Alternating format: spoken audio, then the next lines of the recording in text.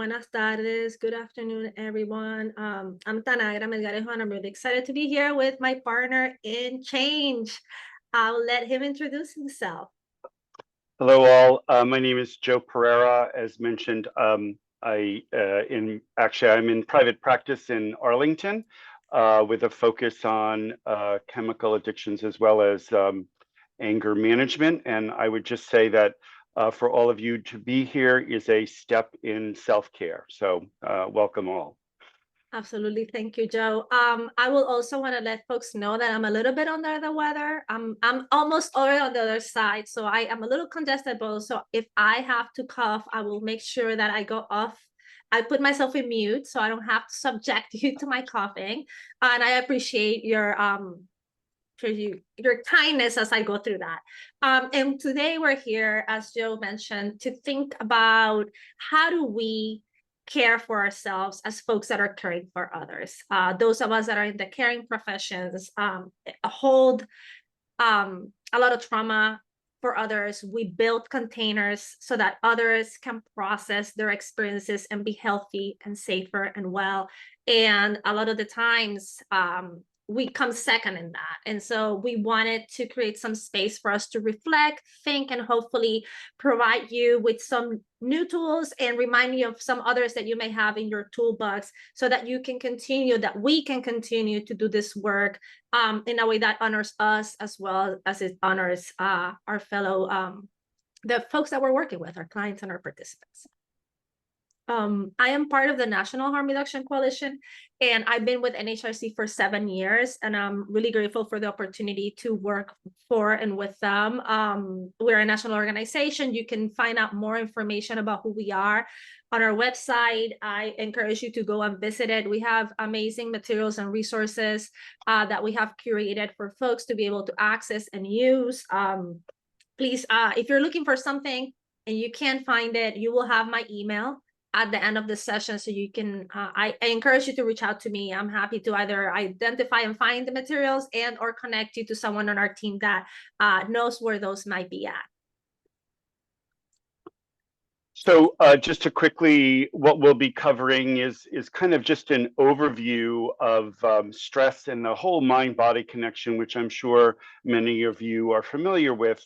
And then really the cost of caring, especially in a lot of the places that we work. There's a lot of pressure in terms of not only from the challenges with our clients, but the challenges of perhaps office politics and funding and all of that are going to impact on our ability to help care for others.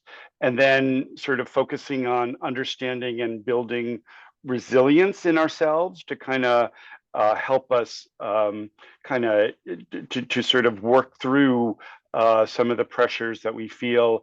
And then this notion of self-community care as part of prevention and treatment. We will be, and actually we'll be starting in the next slide, but we will be offering some discussion questions that we ask people to put in the chat box, and then I will also be doing a brief relaxation exercise in the course of the presentation. So perhaps some of you can share 2 ways you practice self-care, and if you could share them in the chat box.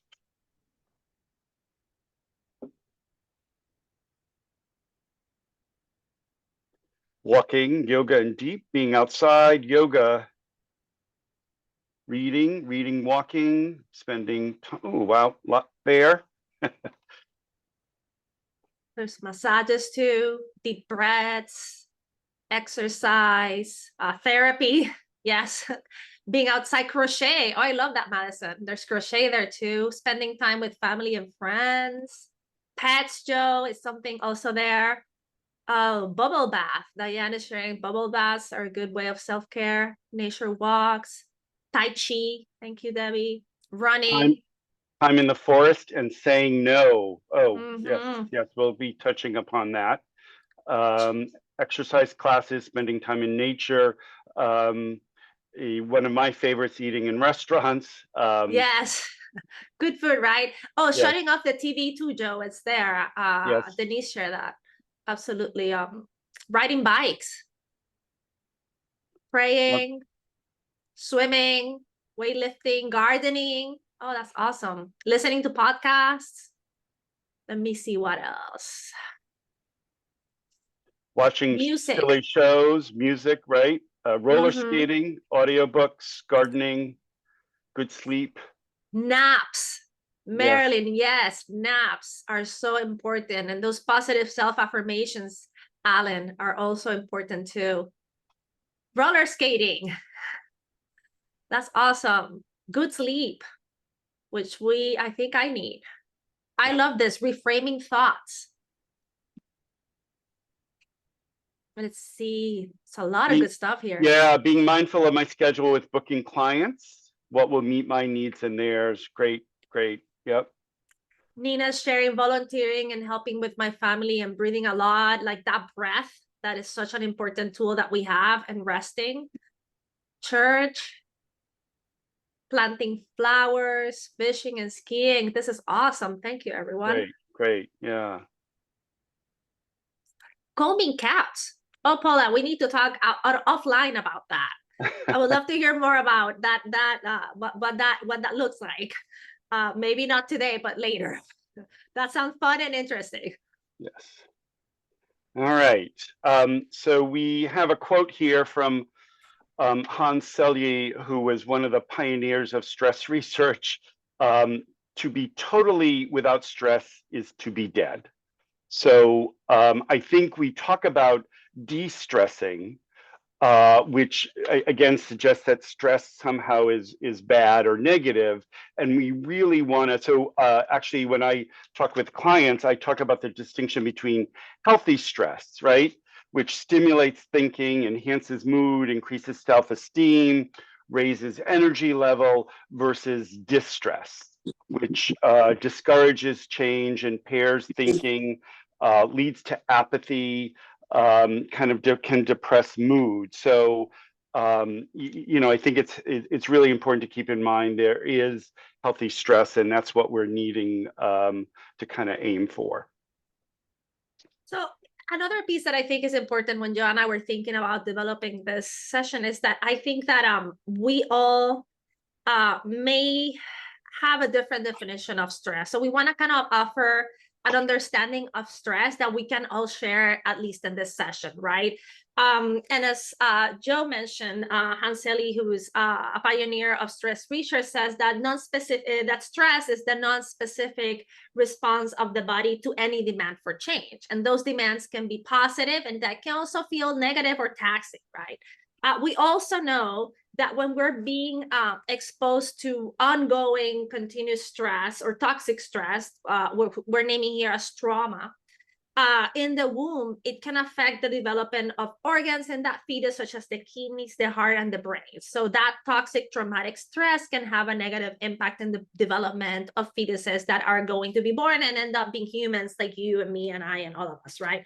Our body will release hormones that increase the heart and breathing rates, and it's telling our muscles to get ready to either fight, to run, or to play dead, right?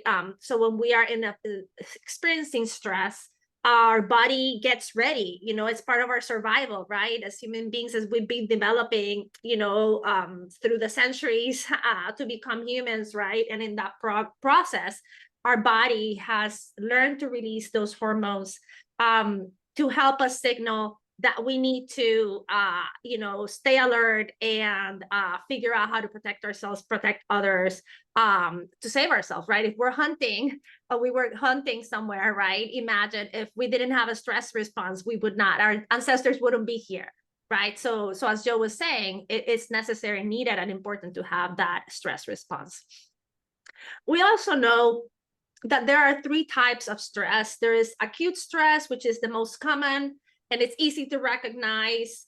And it can be short-term, or it should be short-term. And then we have acute, episodic, and chronic stress, right? And these are the ones that become more toxic for folks. It's when we have difficulty with change, we become jumpy and on guard. And I'm thinking of patients and participants and clients, but I'm also thinking of myself, right? The moments where I've been experiencing acute episodic stress, right? Particularly when I had to see a client or a patient that I had like a fraught relationship or a challenging relationship with, I immediately would feel jumpy and on guard. I would be anxious or tense. I saw a participant once come through the door on a Friday morning that we've had some challenging situations with at the place I was working at, and I started crying because I just knew that I would spend the whole day trying to manage the situation that this person was facing. And I felt that I didn't have the support that I needed. And I also felt that I didn't have enough to give in that moment, right? And it can be that acute or episodic stress can be short or long-term. And then we have chronic stress, right? And this is when there's no hope, when it becomes normalized, when we're experiencing acute stress, chronic stress, many times we will need therapy and or medication.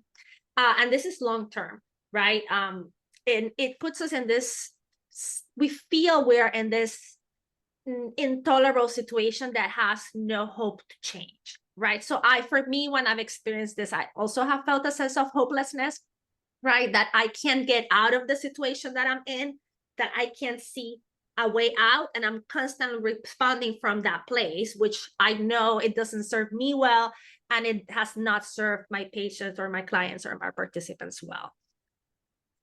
And we also know, and we're here because we're in helping professions, and we know that stress impacts us as folks that are offering services to other people, and that we're holding and creating spaces for folks to be healthy and safe and well, right? And so we also experience this stress, right?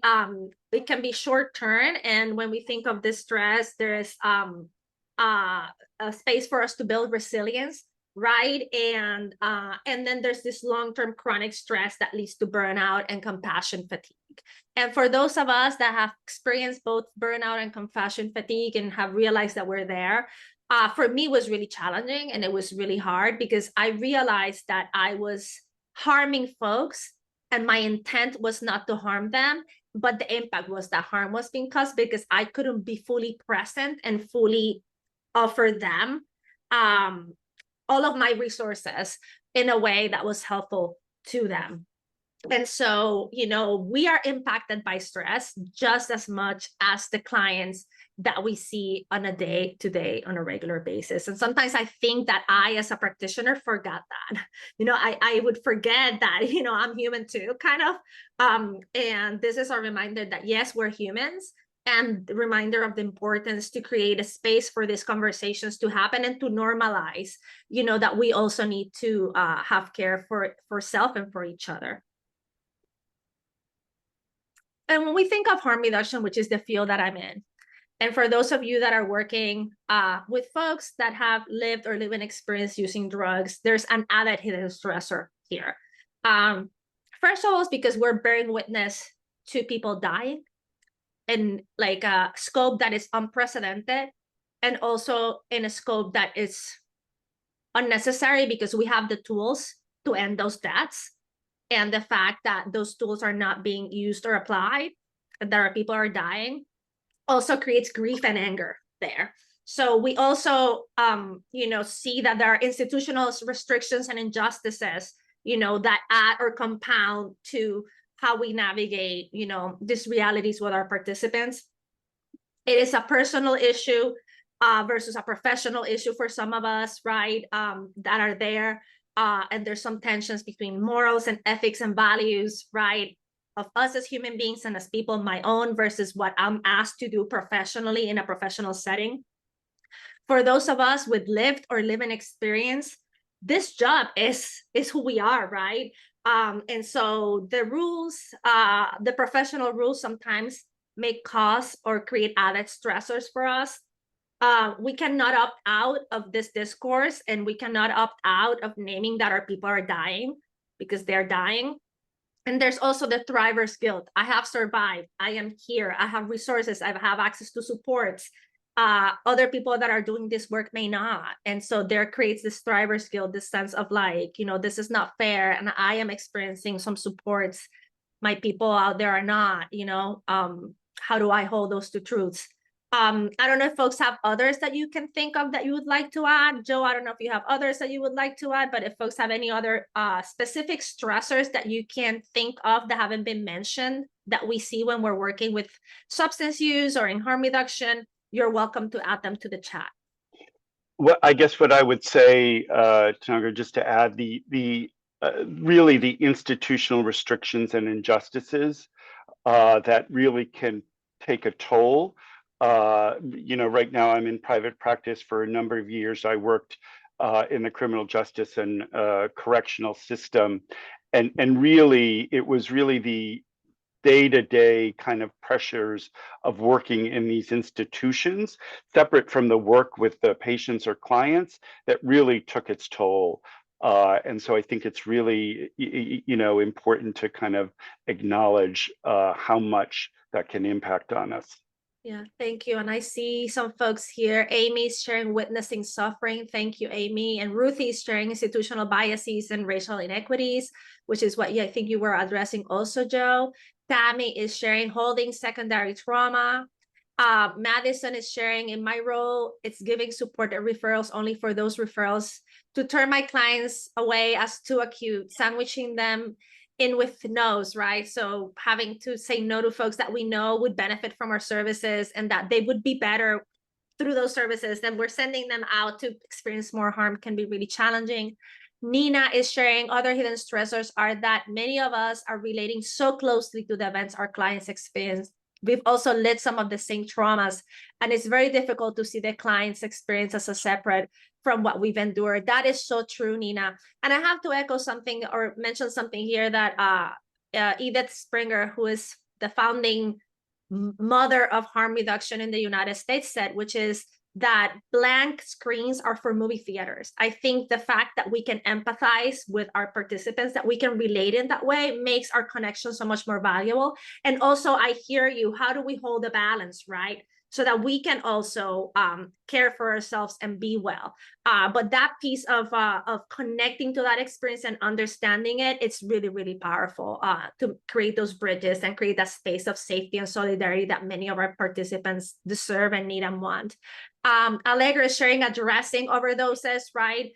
So having to revive someone who has been in the brink of death.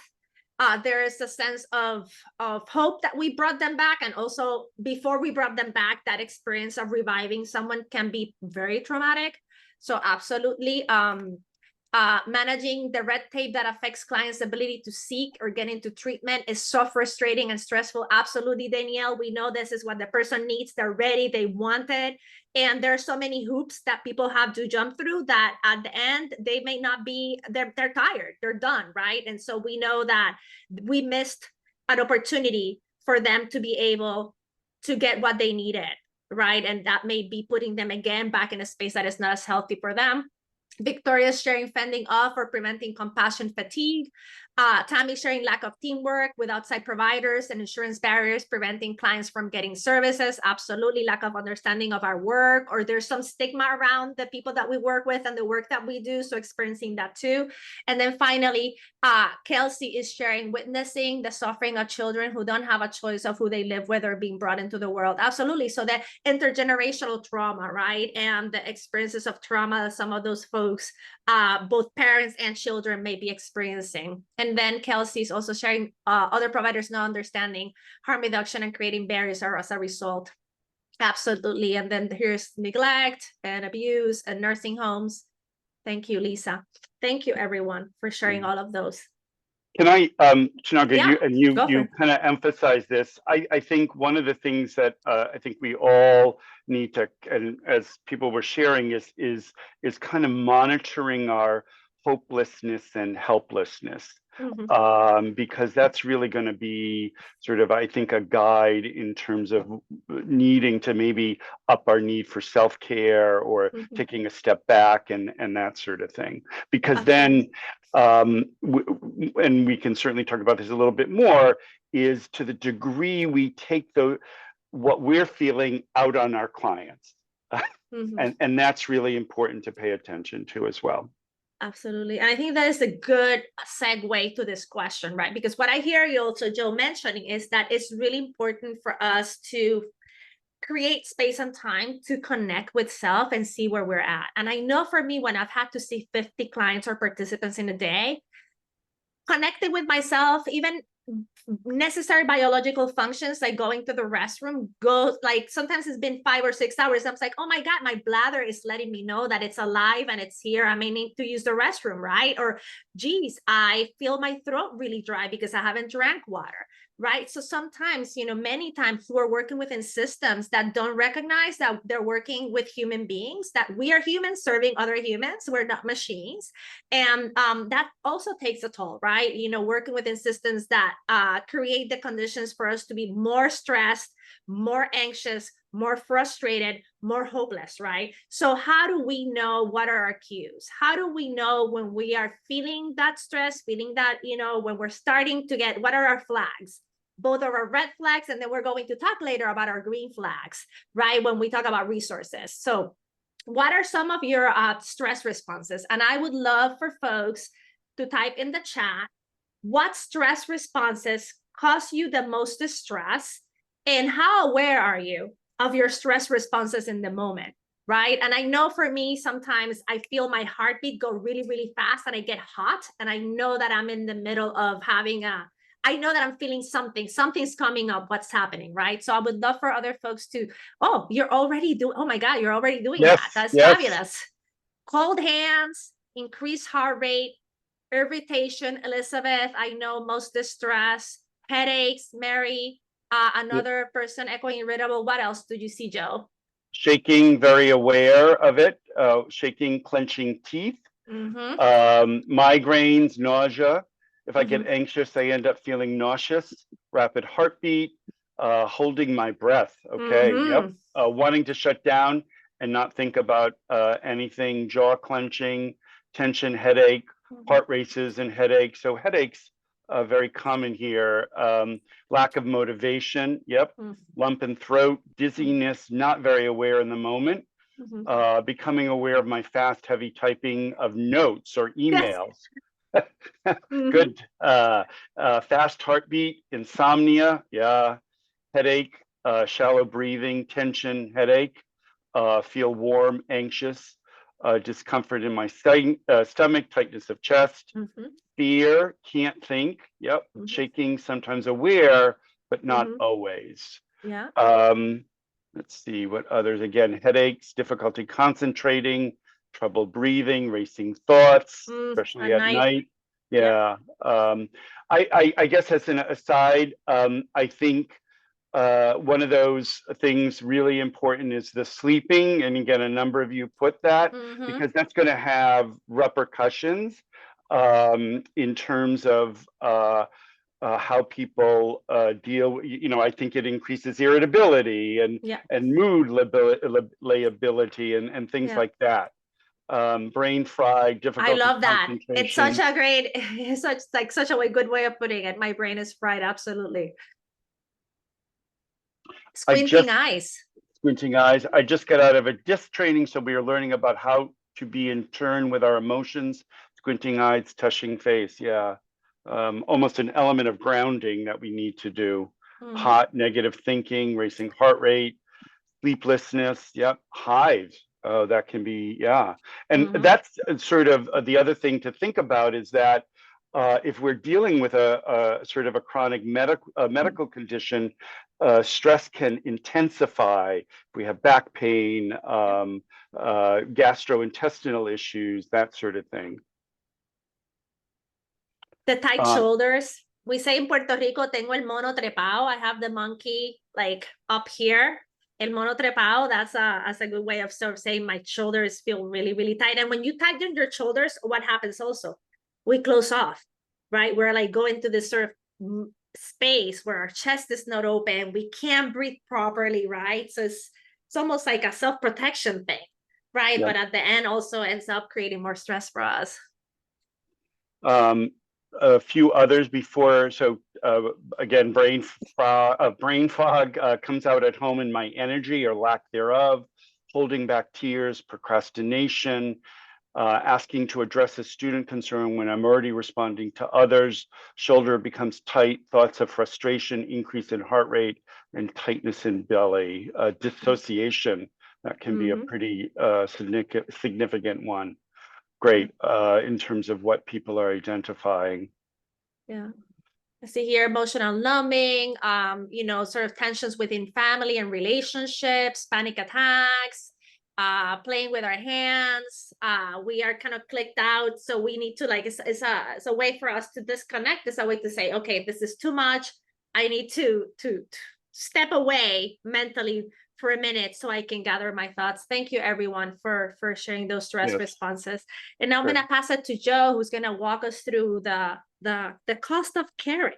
Yeah, and then also another discussion question. So the cost of caring was a term I think coined by Charles Figley, who is worked at Tulane University Traumatology Center, and he's kind of considered the parent of compassion fatigue. So what can happen, and it's really compassion fatigue is described as the cost of caring for others who are maybe in emotional as well as physical pain. And just thinking about this during the pandemic, the healthcare workers, the level of compassion fatigue and the cost of caring for people who were very sick and dying, and the degree, and that kind of brings it home in a lot of ways. So what are some ways caring, and I know we talked about this a little bit when people identify the stress response, but what are some ways caring about your clients and work and how that can impact on you? Could you please repeat the name of the person who developed this compassion fatigue? His name is Charles Figley. I'll try to write it in the chat room. I can here. write it. I think I wrote it properly. Bigley, right? Yes, Charles Figley. Figley with F? Figley. Figley. Yep. There you go. So yeah, so mental exhaustion. Yep. And again, thinking about how this can, how maybe to put this in some context, how your compassion fatigue might influence you in working with your clients. What shows up maybe that may be difficult. Kenneth is sharing here, Joe, working with seniors, I see a lot of chronic terminal illness and death. So definitely, you know, the impact of having to navigate death, loss, grief, right? For us, as our clients die, but also their family and their loved ones and the people around them and their other patients in the space. Mary is sharing dreading going to work. Oh, I've been there, Mary. Thank you for that honesty. Absolutely. Yep. I see here Celeste, overeating to numb emotions, being there too, feeling bitter, not having hope for my clients. Thank you, Megan. Carrying heaviness of students without finding healthy outlets for myself or self-care. Luckily, I've been able to stay on top of it. Thank you, Victoria. Shannon is sharing, it's sometimes hard to let go at the end of the day to decompress. Absolutely. And we'll talk about that, some tools that can help us with that as we move towards the end of the session, but that's very real. Does my 5 p.m. client get the same self that my 7 a.m. client gets? Jennifer, yes. Yes, yeah. That's a real question, and it's real, and sometimes, you know, do we get the safe space to discuss why that may not be the case? Working too many hours. Thank you, Kathy. Over concern about your own health. Is something that Candace's sharing. Ruthie sharing feeling sad or overwhelmed, increased stress, sadness, anxiousness. Cheryl is sharing taking home work. So we're taking our work home, we're not leaving it behind. So we're constantly in our minds working or reliving things. Getting annoyed at the systems I work in. Yes, Allegra. Difficulty finding the positives in my work. So that hopelessness, not being as present and supportive of my clients. So we couldn't be fully present for folks. Having less empathy and compassion for my family after draining days at work. Right? And feeling defeated. Yeah.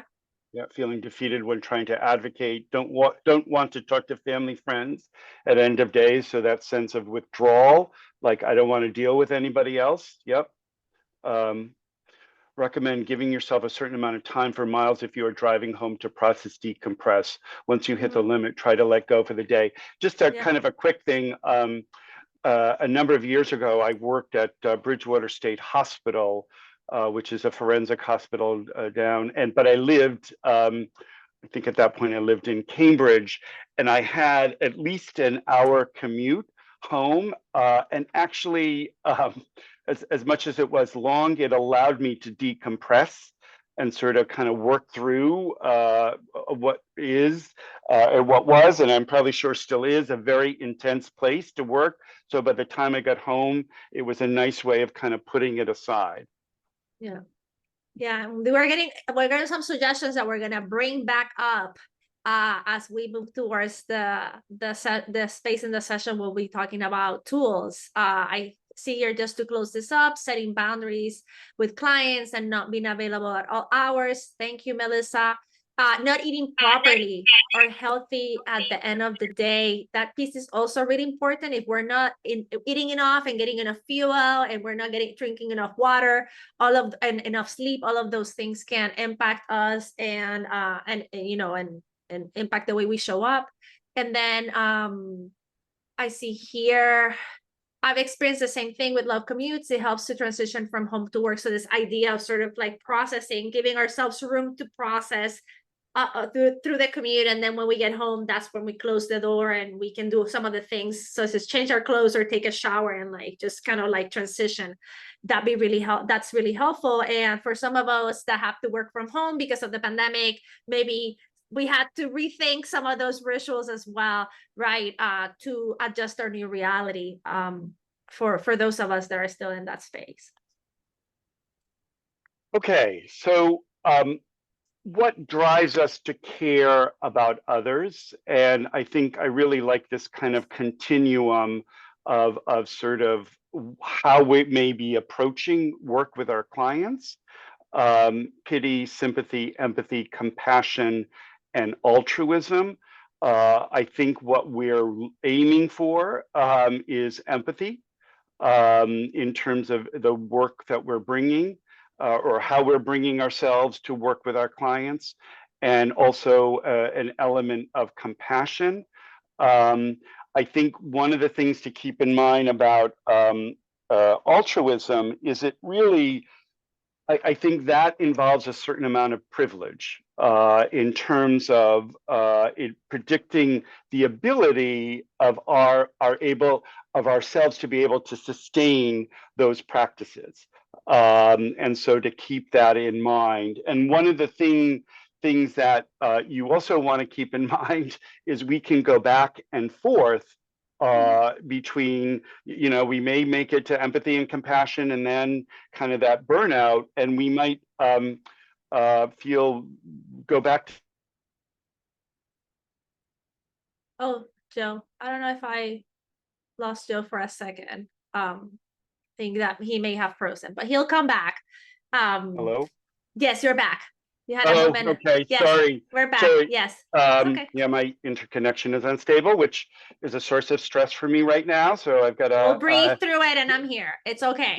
deal with that. So what I was saying is that people can kind of go back and forth.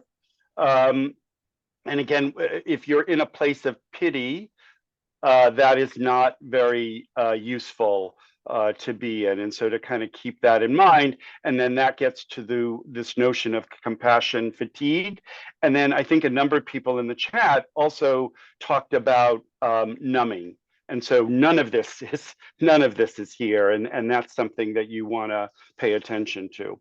Yeah, I wanted to uplift something that Madison is mentioning in the chat that I think I was also thinking about, which is this sense of martyrism, right? I call it big savior complex, right? I think altruism and pity, both those ends can fall into that sort of sense of, I don't believe that you can do it for yourself, or I am so great that I will do it for you, right? Like that it becomes about us and not about the person that we're meant to be serving. right? And so I think that being aware of that too, it's really important, right? That we want to care about people, and also I want to care from a place of knowing that you have the tools, the skills, and the strength to do what you need to do, and I can support you in developing others right through this process. Right. I think actually, yes, Tanagra, that notion of rescue caretaking, which actually. Yes. We'll give one more second to Joe. I think that yeah, you're back. Okay, sorry. It's okay. Don't be Really sorry. comes out of the savior syndrome, really comes out. It's more about ourselves than other people. So this notion of vicarious or secondary trauma, again, something that we want to keep in mind. And it's the emotional residue of exposure to traumatic stories and experience of others through work, witnessing fear, pain, and terror that others have experienced, a preoccupation with horrific stories told to the professional. And so we often work in really difficult settings where you're hearing a lot of these stories, and a lot of times we want. I know honestly there have been times where this notion of keeping distance from the stories, and what it is, has showed up for me is this sense of denial. No, no, no, no. This could not have happened. This is too horrific to have happened. And so we need to be careful about that.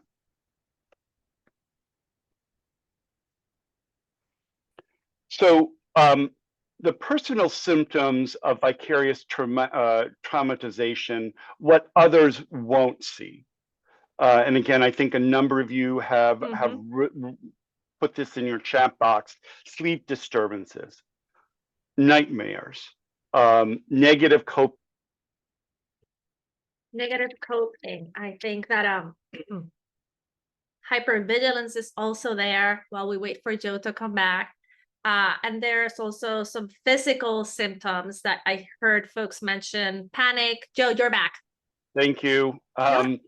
Panic, weakened immune system, the cognitive, again, the distortions that we might engage in, the also perfectionism, that we got to do the best here, and getting pressured to do that. One of the things, and that's a whole other discussion, is that many, both I think in social service agencies, and sort of push us to be perfectionistic, that it gives us positive feedback, and we have to be careful about that. Thoughts of harming self or others, then emotional anxiety, fear, irritability, I think, numbness again, and then some of the other things people talked about: withdrawal and social isolation, distrust, decreased interest in intimacy, and then projection of shame and blame. And again, that's one of the things that we have to be careful that we don't do that with our clients. Yeah, and I think I just wanted to add something that I think everyone mentioned all of these at one point or another as we were going through the different questions. I think also the piece of minimizing vicarious trauma. We minimize it, we normalize it, and it's sort of like the thing that we expect that will happen as we work in this field. And we're not meant to be experiencing these things, right? Like it's the systems that are set up in place that create the conditions for us to end up unhealthy and our clients to end up being unhealthy. And if we humans have built and created these systems, we humans can shift them so that we don't end up exposing providers to this kinds of trauma, and also to reinforce trauma in our participants, right? Because then if I'm in a space where I'm experiencing secondary trauma, as you all mentioned, I may be in a position where I feel that I'm less equipped to support clients in the way that I would want to, right? And that they deserve. I think something that you were getting to, Joe, earlier is this piece of controlled empathy, right? Which is when we're constantly monitoring our emotions so we don't react to stories and to the testimony that is being set forth to us, right? We're absorbing that information without showing emotion. Remember Edith Springer when she said, blank screens are for movie theaters? It can be protective. And also it can lead to disconnection, right? So we need to have an intentional balance. I want to let that person that is sitting in front of me, that I see them and I hear them, and I'm witnessing and holding this story that they're sharing with me that has caused them profound pain. Otherwise, I kind of gaslight them if I don't. And I don't want to make it up about me either, right? This is about them. But I'm sitting there as a human, and I'm sitting there as a human, and I'm sitting there as a human. So when we think of this, what we suggest, is to think about the balance between automatic and controlled empathy. When we think of automatic empathy, it involves both sides of our brains. So we're reacting to those stories with what is considered appropriate emotion. It allows our brain to react and to release tension, right? So this process allows us for imagination. I think sometimes when we're hearing, it's so harrowing and so difficult and so inexplicable, right? That's when we go into this control empathy, right? So we're taking control of that empathetic response, and we're taxing that right side of the brain because it gives us the opportunity to distance ourselves from what we're holding and what we're witnessing and what we're listening to. And I think I have experienced this throughout my practice. And after that participant has left, I sat down and thought, oh my God, the human beings are such like powerful creatures, right? How can someone that went through all of that be still standing up and moving through the world and trying to love and care and parent and do all these things, right? When what they shared with me was something that I never imagined, the cruelty or I couldn't even fathom, right? So I think that we can access control empathy, but we have to be careful that we have a balance, right? So we don't end up disconnecting and being like a blank screen for that person, because that's not what we want either. I would, the other thing I would just add, Tanagra, is that empathy, and kind of related, and I think that falls under controlled empathy, is empathy with boundaries. Because empathy without boundaries, you're heading into kind of this almost codependent sort of kind of mindset, and you want to be careful about that. And I think, just to comment, Ruthie said that this wasn't talked about in social work school, and I think you're right. And so now we are going to move to understanding and building resilience. And I'm going to let Joe guide us through this section. Yes. So what does resilience, again, people could put it in the chat box. What does resilience mean to you?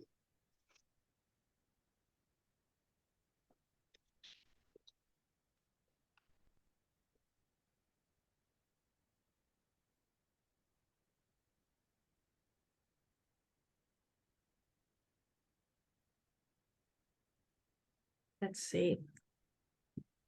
Strength. Believing I can get through hard times. Thank you, Karen. Bouncing back and showing up for another day. Thank you, Mary. Being present and detached. Thank you, Rita.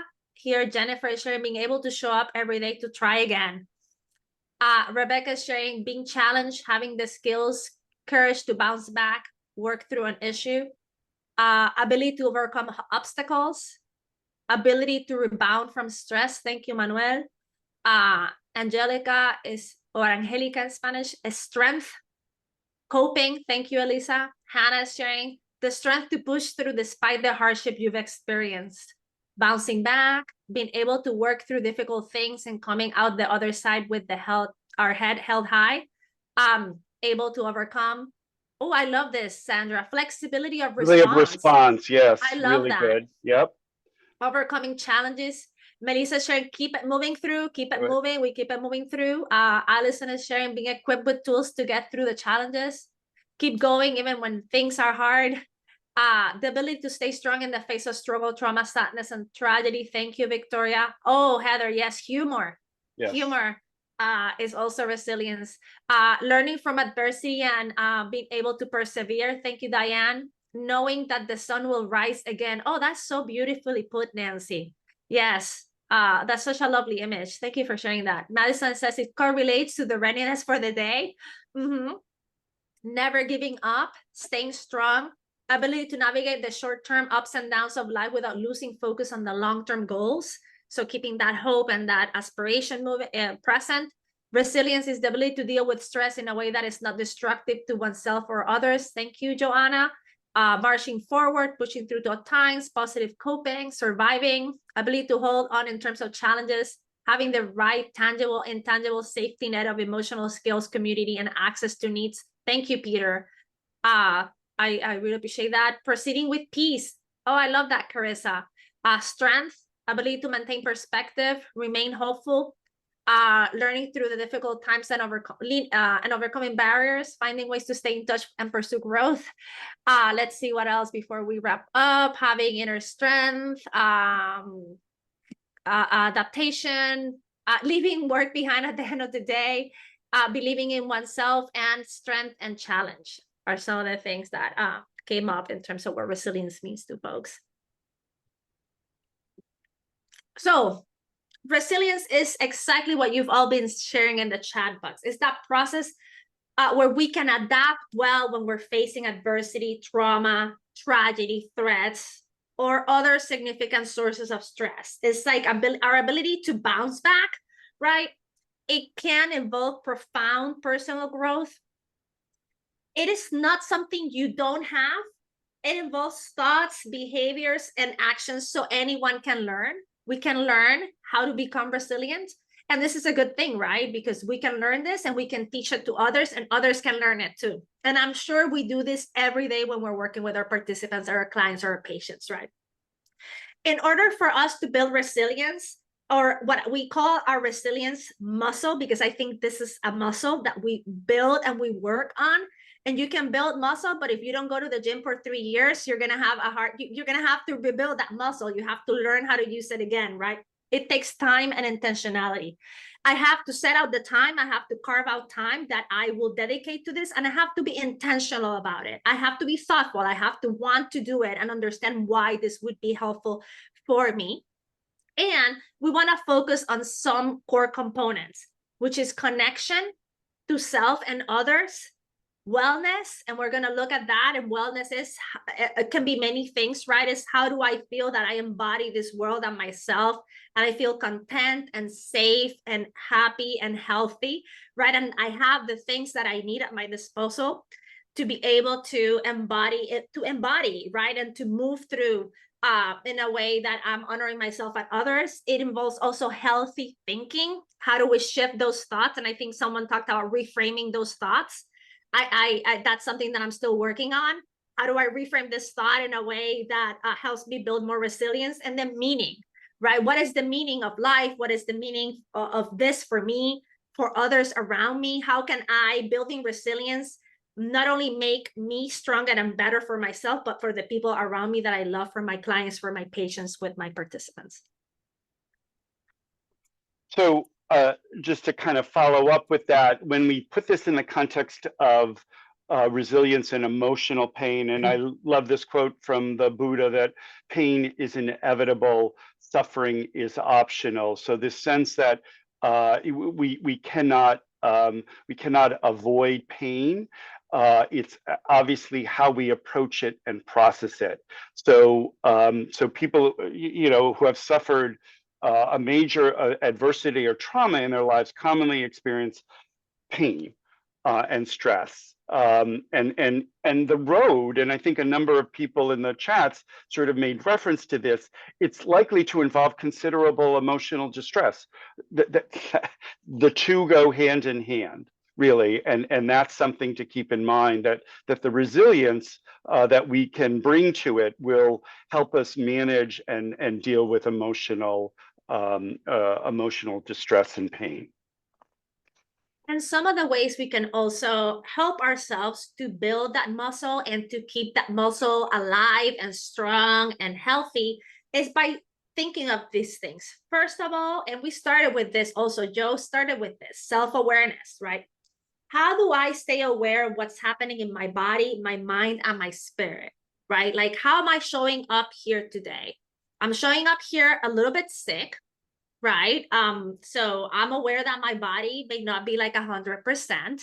I'm a little concerned that my throat may give out and I may have to cough and pause myself. So that may heighten a little bit my stress response, right?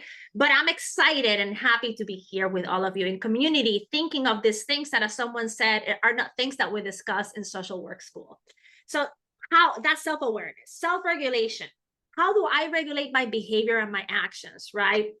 How do I, if something is happening outside my door that is really disruptive, how do I make sure that I can stay present in this space for all of you, right? That I'm able to continue to be in this room with folks and able to think through with you. And then self-care. How do you tackle how do you take care of yourself in order to continue living our life and doing this work? And this is the piece that is really important, and I think that we don't think about it enough and speak about it enough and normalize the importance of asking ourselves these questions. How do I take care of myself in order to continue living my life and doing this work? I love my work, and I also know that my work involves a great deal of joy and a great deal of pain. And how do I then create rituals and practices that allow me to be able to re-energize, to be able to reconnect, to be able to be in a place where I can bring my full self to connect with others that are giving me the gift of building those relationships with them. Okay, so what I'd like now is to spend, I'm sure many of you have your own sort of relaxation exercises, but I thought maybe we could introduce one here as a way of just kind of demonstrating sort of something that I think can be helpful for us. So this is basically, it's kind of a clearing your mind and centering your body. So what I'd like you to do, and hopefully I will not freeze as I do this, is to sit comfortably and breathe evenly. I would just ask you if you feel comfortable to close your eyes, and maybe perhaps not directly look at the screen.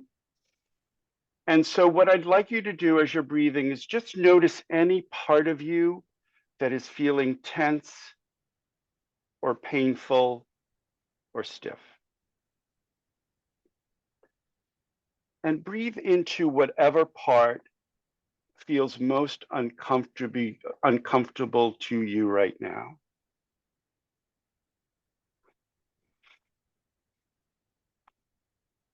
And now imagine there is a container in front of you, one that can be closed tightly, but which is now open and waiting for all the things that are pressing on your awareness at this time. Just imagine that container. And what I'd like you to do is just ask yourself, how is it for me right at this moment? How is it for me right at this moment? And then notice each thing as it comes up, whether it's physical, a thought, a situation, a worry, a problem. See it, name it, and set it inside the container. So how is it for me right at this moment?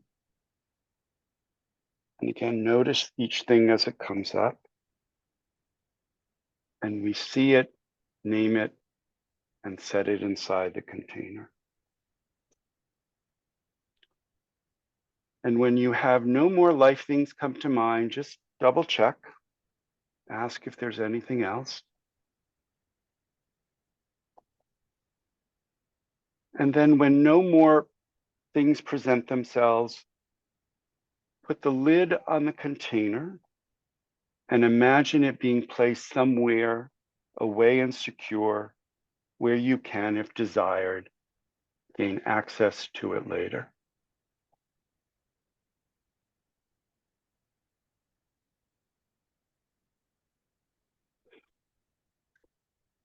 All right.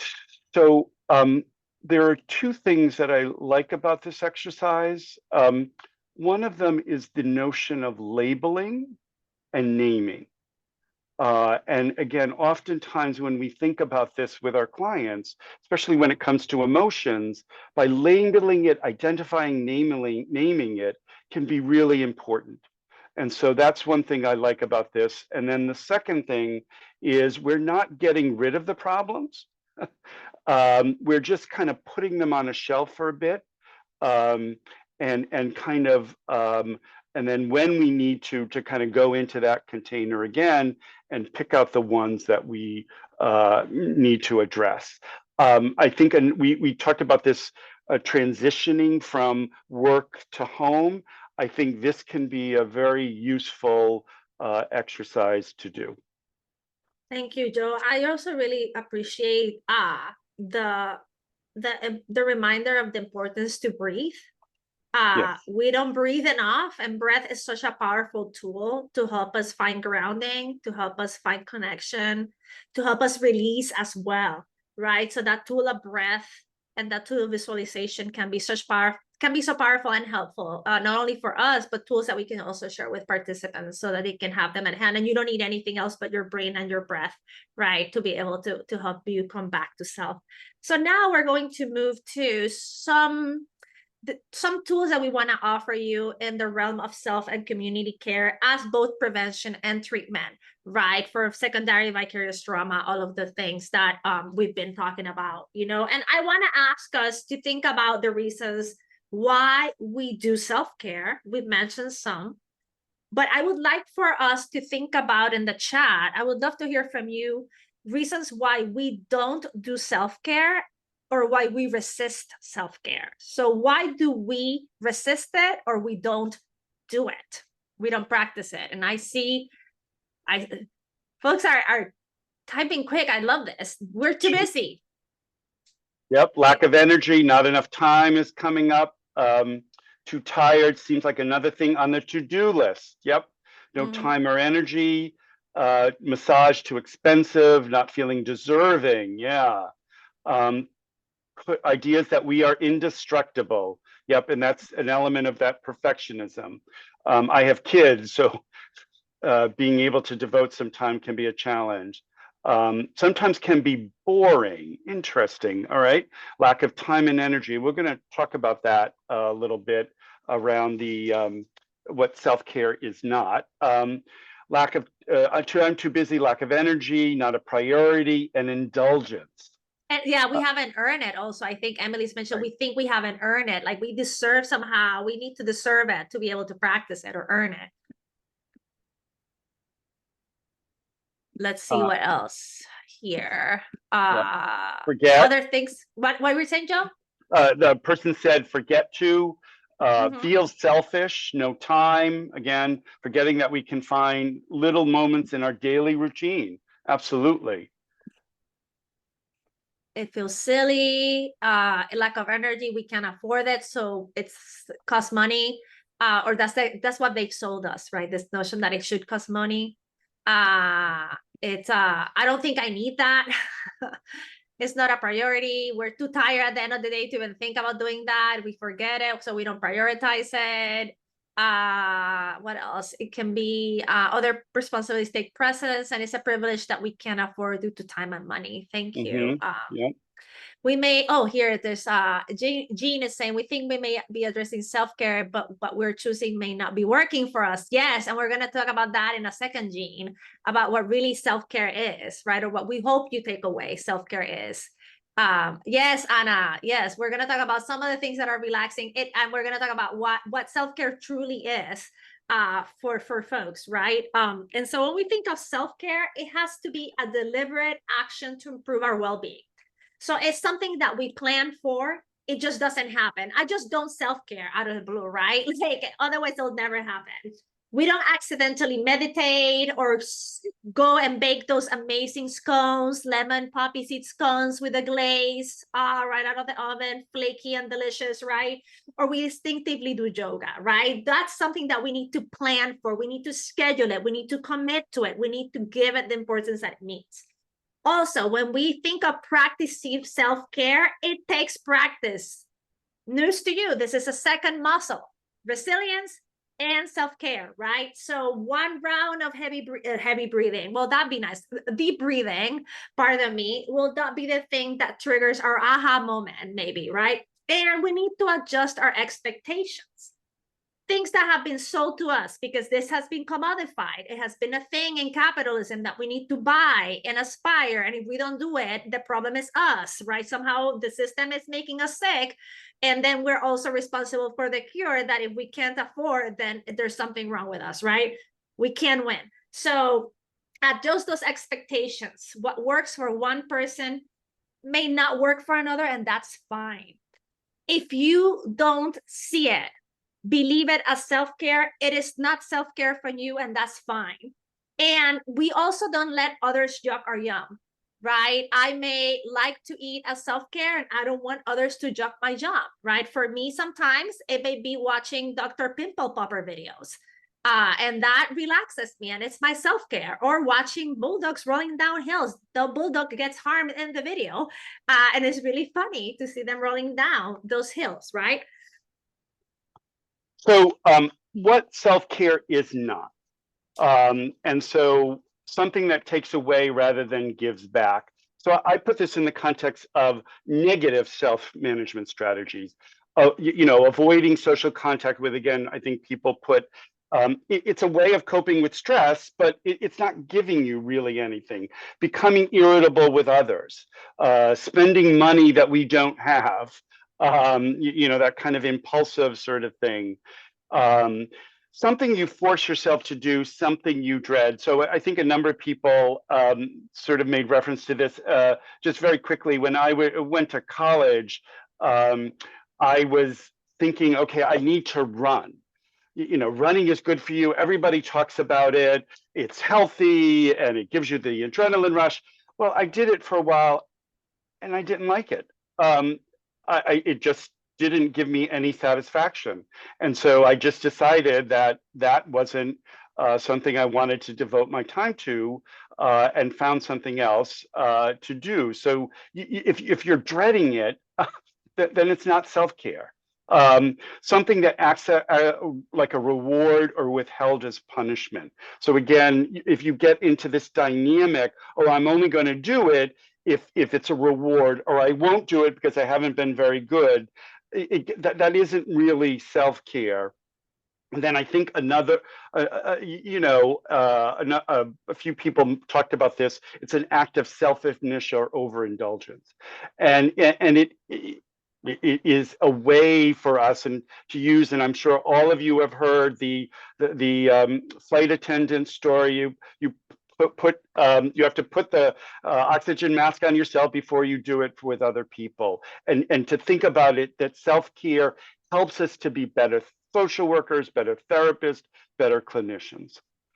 I think also something that you mentioned, Joe, that I want to uplift, this also doesn't have to be rigid. Like our need for self-care, what we believe of self-care will change as we change and develop as human beings, right? There were things that I did 20 years ago for self-care that I can't see myself doing now. And I've included new things to my rotation.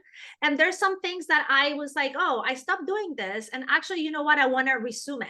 Right? I want to bring it back and see how it feels. So giving ourselves the space and flexibility to understand that self-care needs ebb and flow, and how we relate to certain self-care actions may be different as we age, as we grow, as new things come into our life, right? As new responsibilities develop or new things are let go of. We create more room for some of those practices that maybe we paused because we didn't have enough room or space for them as well. Tanoga, I just have to, Emily has a really, I once had a client who said she hated self-care. More talking uncovered the fact that she thought self-care had to be bubble baths or scented lotion sort of activities. And so, yeah, that kind of mindset that we might have around those kind of things. Yeah, that's what they sold us. And if you go to Instagram, right, like all of the self-care things, there's like this great candle you can buy for $100, and the bubble bath and the bath bombs and the thing. My friend, I remember meditation. It's like I can't sit still. So for me, sitting meditation practice it's not a thing. And then I found out that now Instagram has this thing where like you do this walking meditations that I've been doing all of my life, because that's where I meditate when I walk. When I walk, my brain is free and I can just sort of like decompress and let go of those thoughts, right? And sort of like not censor myself and go to a space of complete stillness. And I was like, oh, like this nature meditation walks are not new. I've been doing that for a really long time. And now they want to commercialize them and make money out of them. So some self-care tips that we want to share with you. These are things that we've gathered from people that we love, from participants, from people in community that they've told us really work, that we want to offer you, so that you can explore and see if this is something that may work for you as well. So take that extra few minutes to prepare yourself for the following day. Before I start work, it helps me to leave all my stuff organized, my clothes laid out, everything in place, so that I can get up and I don't have to think about that. Wearing clothes that make you feel good, not just comfortable. Sometimes, you know, I didn't do it today, but sometimes I put on a red lip just because it makes me happy. I like this, how it looks. You know, it makes me feel excited. So it makes me feel good. Re-engaging in rituals or practices that may have brought us comfort in the past and we maybe paused or relegated to the side. We may want to reconnect to those. Learning a new skill or an interest in a non-related work topic. I am learning Portuguese, so I'm teaching myself through Duolingo. I mean, I'm 52. I need to create also those new connections in my brain, and it's also really exciting. And when it tells me that I have a perfect lesson, I get really, really excited and psyched. So maybe next year I can speak some more fluent Portuguese. At this point, I can't. And then put post-its or phone reminders to press pause, get up, drink water, stare out the window, move your body, shake your booty, anything that reminds you, right, to move, to do something good for yourself in that moment.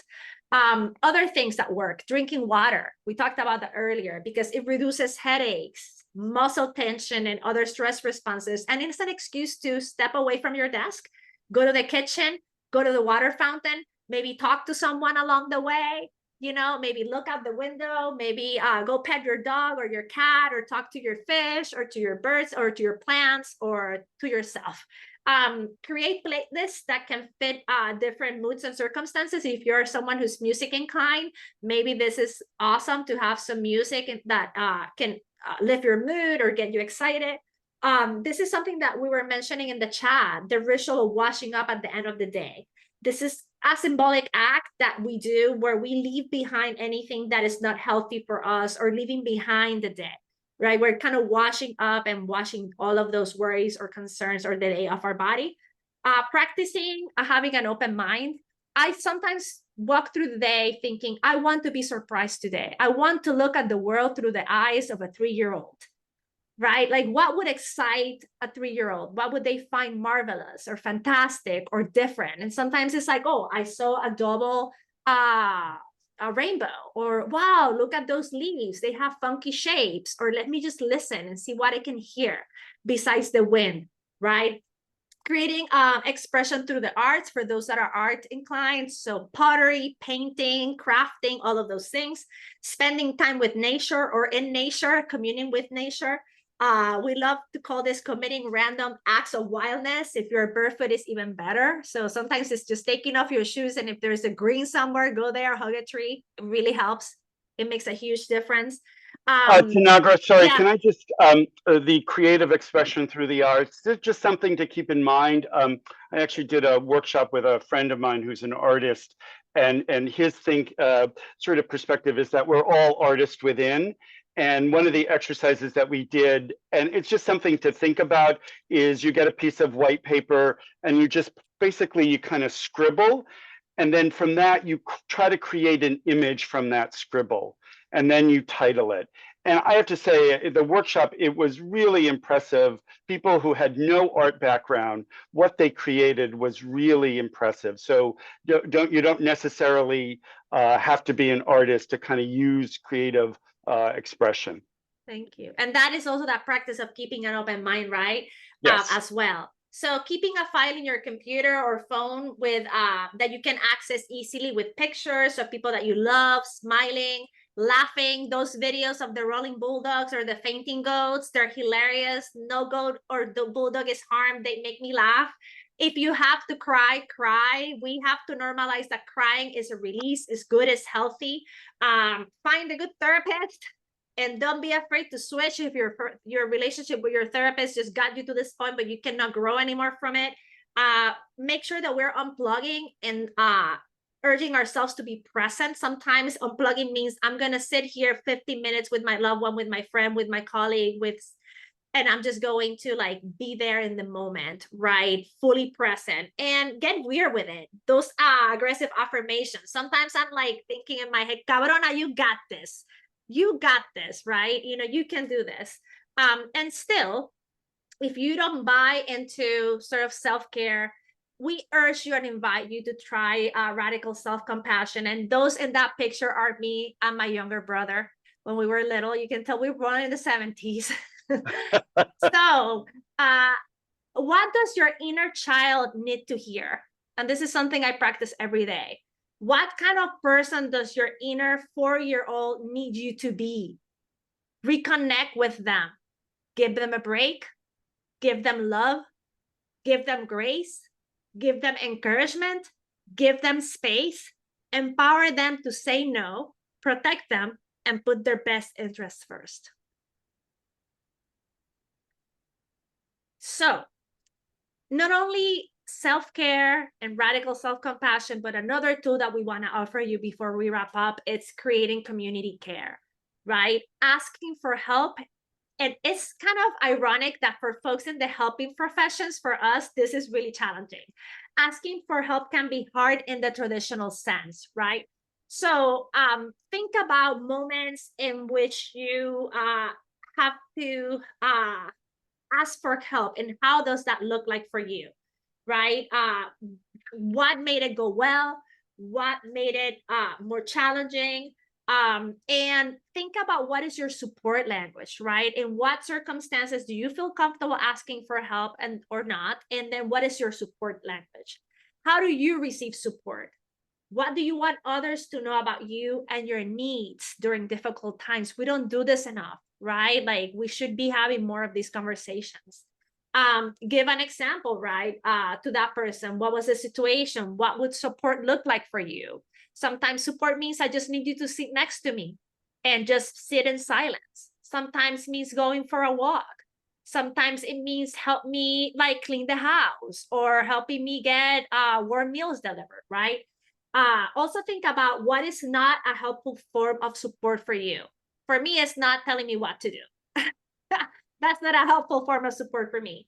And also think about, when do my supports need to change based on the situations that I'm facing, right? So I may need a different kind of support from my colleague than I need from my friend or my son or my partner, right? But that piece of creating community care, not only us asking, but being open as well for us to be part of that community care, that people can ask us for that support, that we can be that person or part of that tribe of people that are supporting others.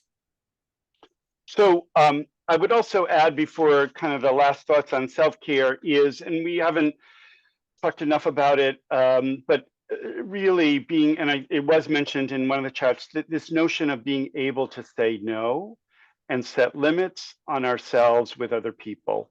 And I certainly, it is something that I still practice. My caseload is fairly full, but somebody approaches me and it's really hard for me to say no, because I want to try to be as helpful to as many people, but recognizing those limits. And then the other thing I would say is we have to practice what we preach, in a way, right? If we're talking about our clients of these important issues, then we need to be practicing it ourselves. You know, they joke about nurses or doctors being the worst patients, and you know, we have our own sort of challenge with those kind of things. So some last thoughts on self-care. Don't use self-care as an excuse to tune out. So it's not withdrawal, it's not isolation, it's not I'm just going to drop everything. It's really, you want to be careful about that. I can't overemphasize, consume media intentionally and mindfully. Shut it off at times, or put it away. We are bombarded 24/7, and a lot of the news that we're is not good. And so, but we can sort of that, that whole notion of doom scrolling. So we really want to put that aside. Oh, Joe, I think you froze again. I think another suggestion is asking ourselves how self-care can help us improve our goals. You're back. Okay. Yes. Use self-care to process uncomfortable emotions, which is important. And again, kind of what we talked about, and then incorporate community care as Tanagra, asking for help. And again, oftentimes we are the worst candidates to be able to do that. Thank you, Joe. I think that we also want to let folks know. Oh, here we go. We have a question for folks. And we want to know from folks what after leaving today, right, this space, if you can think of one way, one new way, one that you didn't have before, that you think you can engage in self-care, what would that be? So what is one new way someone shared and you learned, or you sort of figured, oh, I haven't done this, that you can engage in self-care? What would that be? You can type it in the chat as we're wrapping up.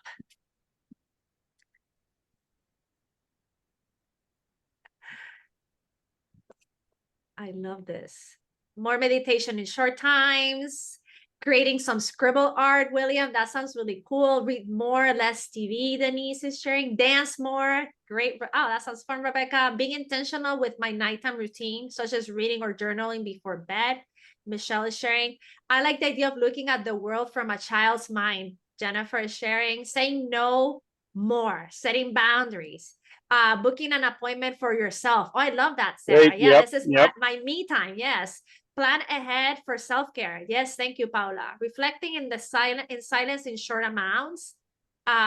Sitting in your car in front of the beach for 10 minutes. Yes, the ocean can be so healing for some of us, and I love that. You know, sometimes I just looking at water just breaks me, just calms me down. Using less social media, the art activity that you suggested, Joe, less screen time, more outside time, putting it in the box, Karen is sharing, looking at the world through a 4-year-old and see the ways that you can be surprised through the day. Be more honest about how I am doing. Oh, that's really lovely, Teresa. Saying no more. Oh, someone shared, I just ordered a reverse coloring books. That's awesome. So they're leaving here with action steps. This is fantastic. Intentional TV off time, making a file with happy videos and pictures, painting, reading, cooking, creating things that don't need to look good. Yeah. Sharing and sharing, artwork, pleasure car rides, unplugging, setting limits. What else? Crocheting, booking a vacation. Yes. Absolutely. Setting reminders to take self-care moments during the day. Thinking of gratitude or things that we can be grateful throughout the day. Stopping to smell the roses. Daily walking, playing piano, singing. Going to get my favorite sandwich. Absolutely, Dr. Kerr. That sounds delicious. Just food in general is like something that I think it's important for self-care for me. Positive self-talk and affirmations. These are also fantastic. Yep. Thank you, everyone. I just wanted, actually, Tanagra, just, it wasn't really a question, but I wanted to kind of just sort of just acknowledge it. So Kelsey, a little while back, so it can be so hard to identify helpful techniques, especially for neurodivergent folks. As a neurodivergent therapist and with many neurodivergent clients, it can be so hard to find something when a lot of the popular suggestions aren't always a great fit. And so I think that's important. But there was a quote or a saying from, I don't know, it's Gervais Dusan, about self-care is anything that brings you joy. And so sort of conveying that to ourselves and to the people that we're working with. And then something else, Karen, recently there was an article in the Wall Street Journal that spoke about the importance of resetting after spending a few hours at the beach. Do something else for 15 minutes to reset the brain, then go back to the beach, and one will enjoy it more than spending the entire day at the beach without a break, which is an interesting idea. And I just also wanted to name, we'll share the slides with you, that we have tons of resources for all of you. And so hopefully we'll have some here that are useful to you. I appreciate Kelsey naming that. We also thinking about some of self-care tools and tips for neurodivergent folks, right? So I will make sure that if we don't have it here, we can include some recommendations in the resource list as well. For those of you that are working with neurodivergent folks. And I just stopped sharing so that I can share the slides with you and give Chris Belly a chance to give us some reminders that I think she has for us.